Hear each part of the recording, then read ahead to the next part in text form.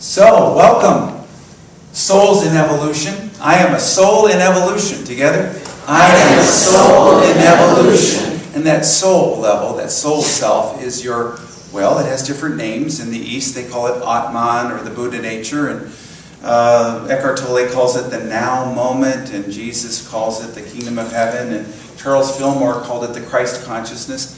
But it's all one thing. It's that love your neighbor as yourself, because your neighbor is yourself, because we all have the same thing inside of us. And that self of us, that higher self, is also known as the fourth dimensional consciousness. That trips people up because it seems very scientific, but we're moving, you're evolving. You've been moving through this third dimensional life of opposites, what you call good and bad, ups and downs, in order to get to the point where you're ready to move into that oneness, that wholeness, that now moment experience that is your soul, that is your fourth dimensional consciousness. I am moving into my fourth dimensional consciousness. Together? I am moving into my fourth dimensional consciousness. And on Tuesday night, I'm going to go into nuclear fusion and the now moment and timelessness and all kinds of wonderful things, and try to make them practical as well. But we won't go into that today because in this timeless moment, there's just not enough time for it. So we're going to move instead and talk about this. How do we move from this basic ego consciousness, the personal consciousness, up into the soul, the fourth dimensional consciousness? All of humanity is moving as well. It doesn't look like it sometimes, but all of humanity, is evolving and has reached that point in its evolution where humankind as a whole is just now beginning to awaken to this possibility, and is just now moving. Not everybody, but there's a critical mass.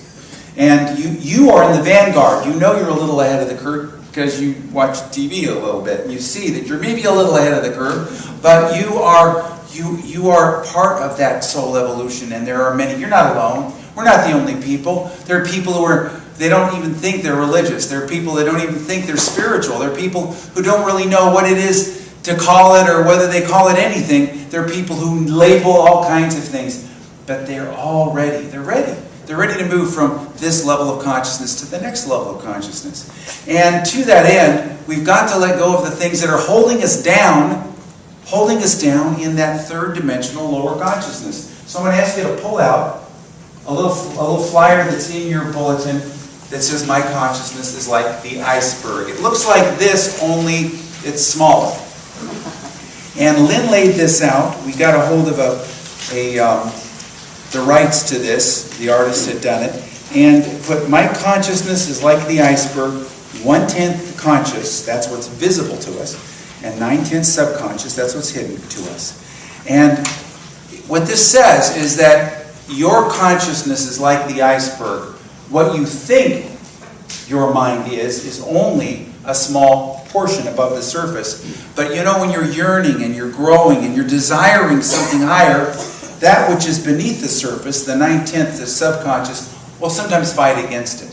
And that's called spiritual detoxification in these chapters 4, 5, 6, and 7 of Spiritual Power Tools. Spiritual detoxification is also known in Unity as chemicalization, and Charles Fillmore talked about this. Let me just bring it back to Unity's core. He said, it's the condition in your mind that is brought about by the conflict that takes place when your high spiritual realization gets in contact with an older state of consciousness. This breaking up and this passing away of these old negative states of mind and making ready for the new is your process in soul evolution.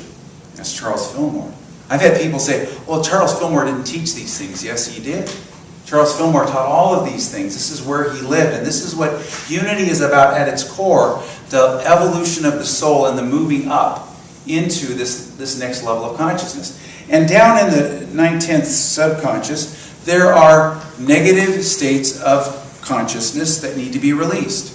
It's almost like the sunlight of the spiritual practices and God's love and all the spirituality that beams down from above warms things up enough in your soul so that these chunks come out.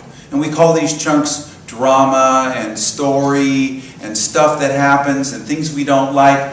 But they're all there to release, because what happens to push this analogy a little bit further, is that the chunks dissolve into the ocean of the allness, the superconsciousness, the allness of God, which is our true nature. So we get to experience the who that we are, and more you become more conscious.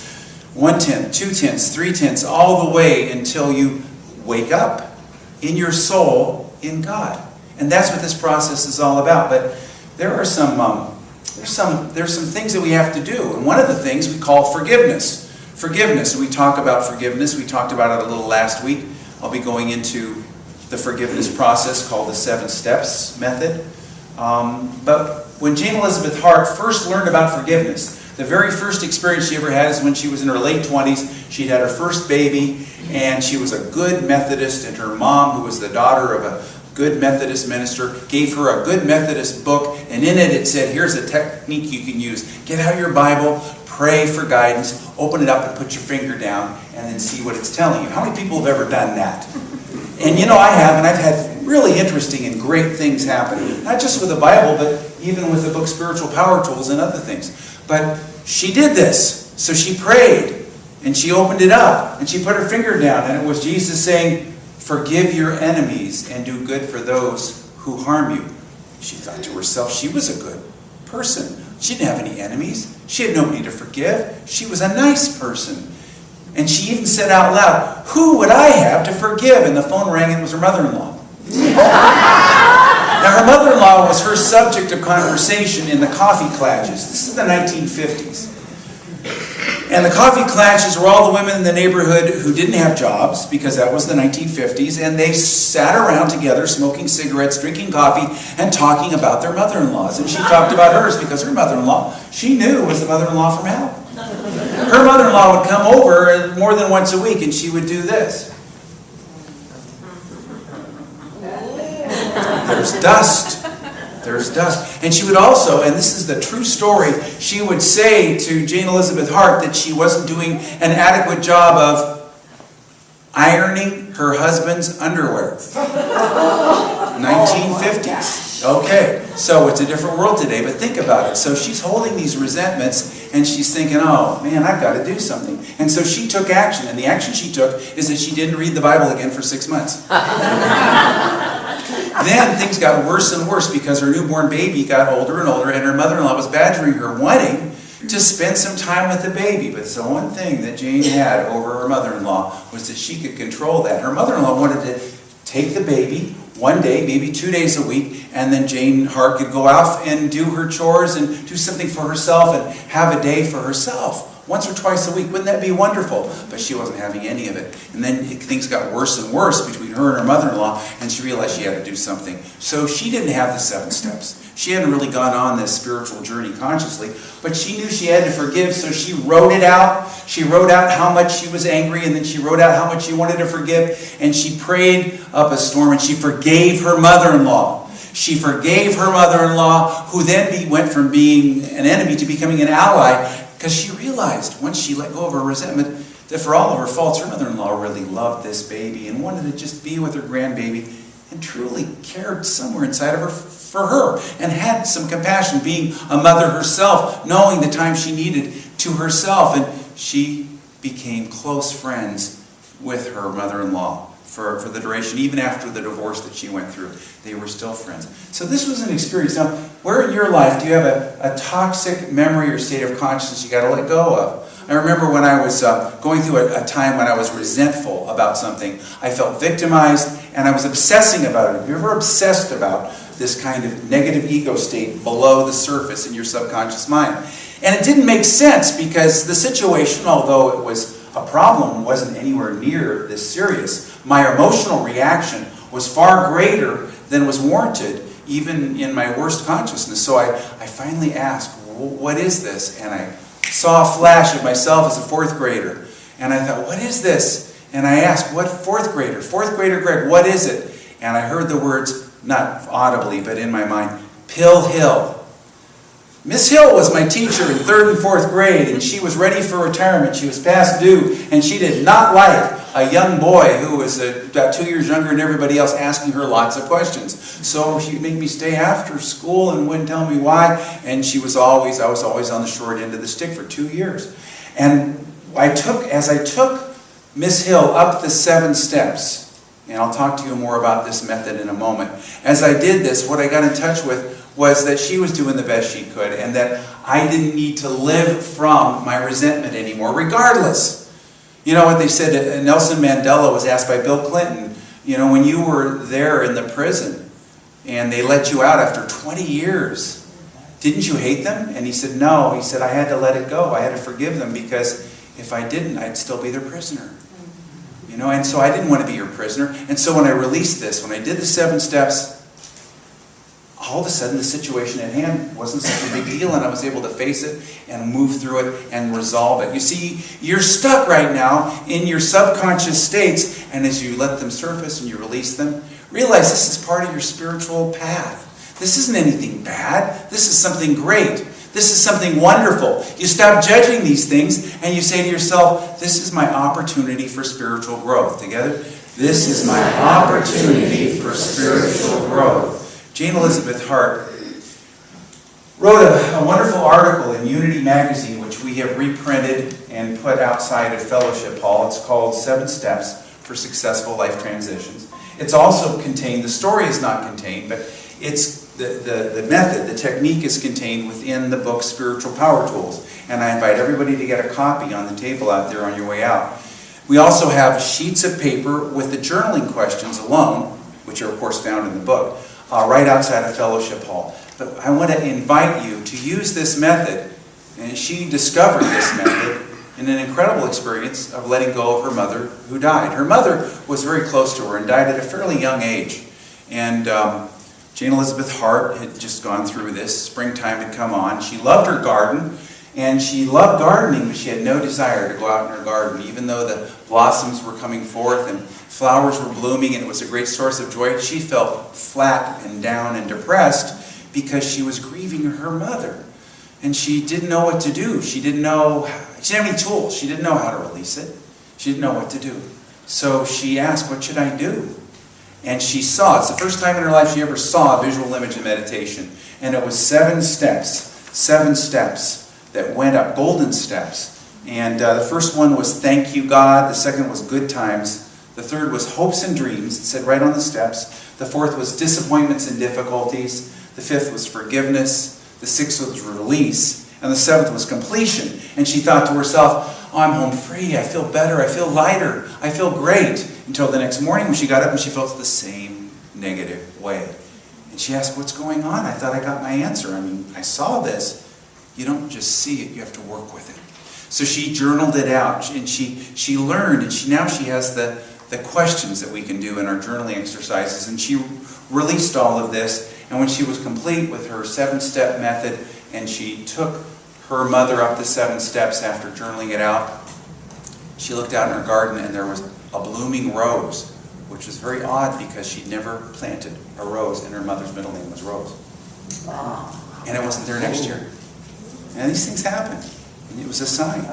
So this was, and she was lighter. And this method she thought was for grief, but she found out it was for more than that, because about 6 months later, her father came to her and introduced a woman to her and said, I'd like you to meet this woman. And this was the new woman in his life, and she didn't like that one bit. And she knew that if she wanted to, she could sabotage this a little bit because she had her daddy's number, you know. And so she thought, oh, I've got to let this go. So she took her father up the 7 steps to release the present state of relationship and move into a new state of relationship. Have you ever used this method for that purpose? You know, when Rosalie was up till she was 6 years old, I used to play with her in the playground, and she'd say to the other kids, hey, let my daddy play with us, because he's the most fun. And then she turned 7. And there we were at the summer camp, and I was there with her. It was a daddy-daughter camp, and she was ready to play with some friends, and I was standing around, and she says, Daddy, could you go play over there? Yeah! So I had to take up the 6-year-old up the steps because she was 7. Same thing happened when she turned 13, because the 12-year-old loved riding bicycles with Mommy and Daddy, and the 13-year-old did not. Lynn and I have taken each other up the 7 steps, what, 100 times or more. We've taken ourselves up the 7 steps. This is a powerful method, a powerful tool. And I want to ask everybody here to grab a hold of, it's free, 7 steps for creating a new you, and this is taking yourself up the 7 steps. And you can use this. It's an address that she gave at the Unity Church in Phoenix, and a meditation at the end. Grab a hold of this and listen to it during the week. Well, anyways, Jane Elizabeth Hart took her father up the 7 steps and released him, embraced this new woman who became a very close friend of hers. She walked her father up the aisle when they got married a few weeks later. And interestingly enough, she was meditating and she had the feeling, just a few weeks after that her father was going to make his transition. He was going to die. He was in good health, but she took him up the 7 steps again. And she was not surprised when he went to the hospital. And when he made his transition, she was there ready to support everyone else. Everybody else was a basket case, but she was the strong one because she had done this work. It's a powerful, powerful method. Another example of it happened not too long after that. She was married, of course, and by this time she had 4 children. And her husband and she went down to the car dealership to buy a nice family station wagon. And he kept looking longingly at a sports car. And she had gotten in meditation that he was going to leave, and she felt that that meant he was going to die. So she thought, I should do something for him. I should do this for him. And, her intuition had been pretty good. So she thought, I took it. She took him up the 7 steps. She released him. So she was ready to give him whatever he needed in his last weeks and months. And so she said, get the sports car. He said, well, we need it for the family, the station wagon. She said, no, the sedan we've got will fit all of us, all 6 of us. It's a big car. You get the sports car. So we got the sports car, and she started fixing him up, getting better clothes, and getting a better look, and he was just doing better all the time until a woman at work caught her eye, and he went off with her. And he left. She was so mad. But you know what? She had released him. She had released him, and she took him up the 7 steps again, but she had released him. And after that situation fizzled out, he tried to get back together with her and said, you've got to choose between me and God. You've got to choose between me and God. You see, she never would have fulfilled her spiritual essence, her destiny. She was in that old 1950s role, and she had to raise 4 girls by herself as the breadwinner in her family and become an independent, powerful, strong woman who's now the head of the Center for Enlightenment. She went to work at Unity Village and was an executive there. She became a licensed teacher. She's a spiritual teacher. All because she was willing to take a spiritual step. You see, so often we think of these things as limitations. We think of these things as victimizations. We think that these are negative things. But if she hadn't gone through it, she never would have gone on to her next step.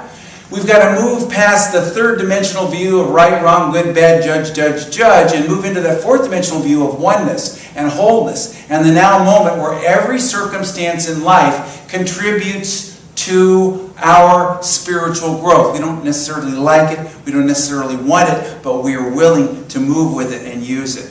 So these are all wonderful opportunities of using the 7-step method.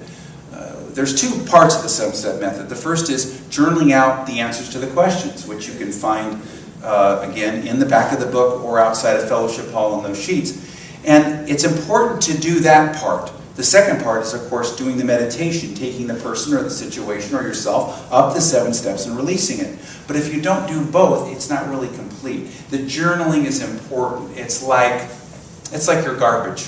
You've got to put the garbage in the garbage can before you take it to the curb. You can't just do one or the other. You've got to do both. So be willing to release this old energy. Jane Elizabeth Hart, and I don't want to go too deeply into it, I'll talk more about it on Tuesday night, but when her daughter was kidnapped and raped and murdered, which happened thereafter, she was able to take her up the 7 steps and release her. And when the funeral came, she was able to be fully present with everyone in that room and meet there and love them.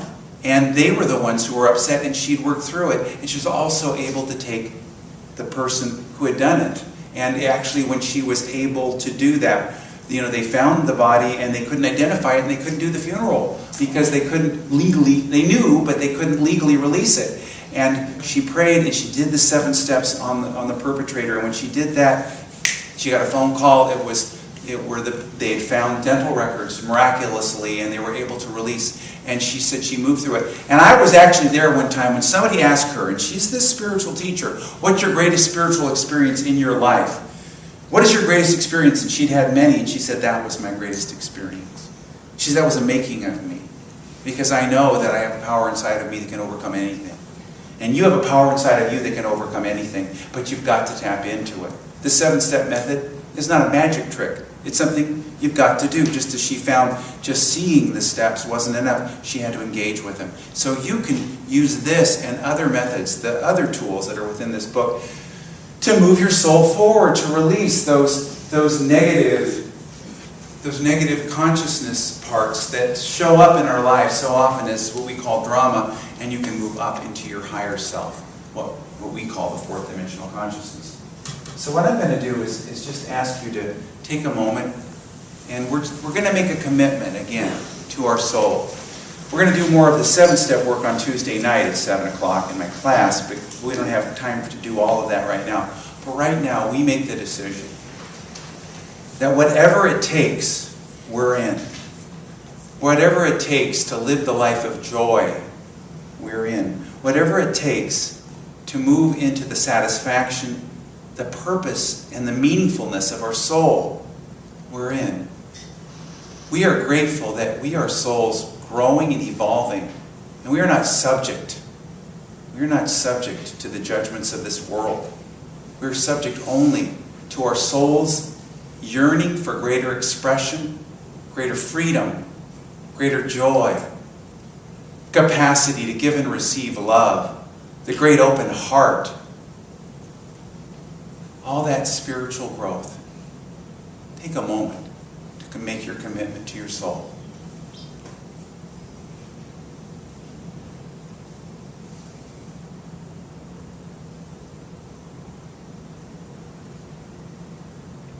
Thank you, God, that we are souls evolving and growing, and we're the vanguard of all of humankind, with all of its struggles, ready, coming to the brink of moving into this new consciousness.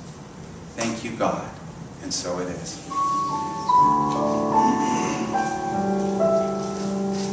And now take a deep breath and let it out. And set aside all the papers in your hands. And if you'd like, open your hands.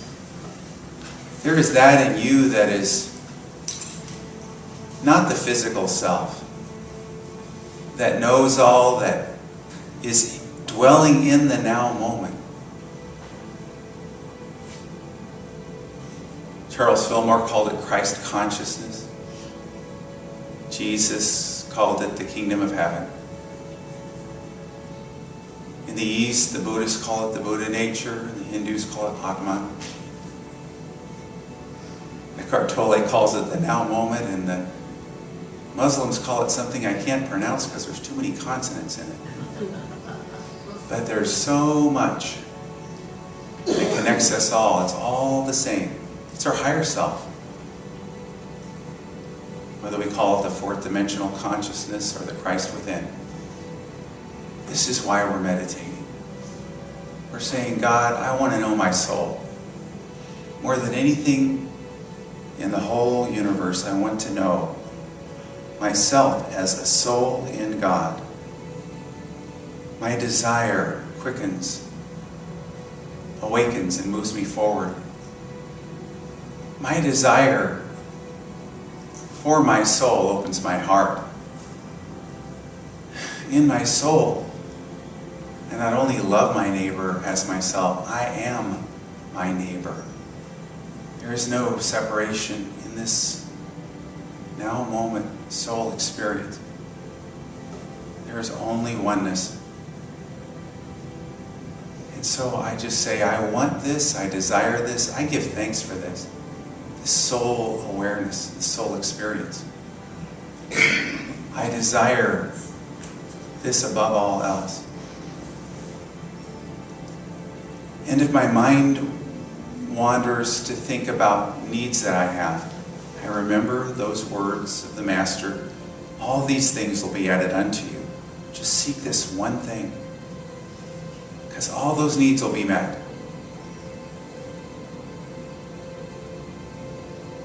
This is my limitless self. This is my now moment self. This is my higher self, my inner self, my soul. And in this moment, I just take a while to just get in touch with this new possibility of waking up. And silently pray, I want this, desire this, I give thanks for my soul. I want to know myself as this soul. Thank you. Thank you. Thank you.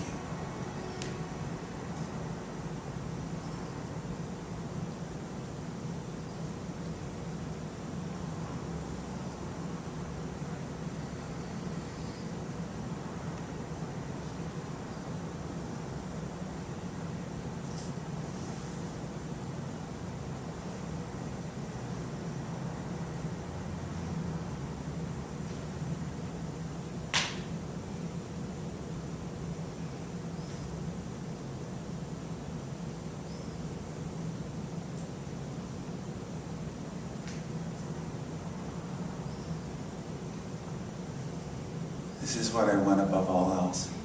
And I am grateful. And I know that whatever I need to let go of to experience this soul essence, the who that I am, this is what I want to do as well. So I am grateful for the opportunities that life gives me to grow and evolve and learn and change and to be great joy. Joy without an opposite. That joy that does not judge. I appreciate my opportunity as a soul. And so it is.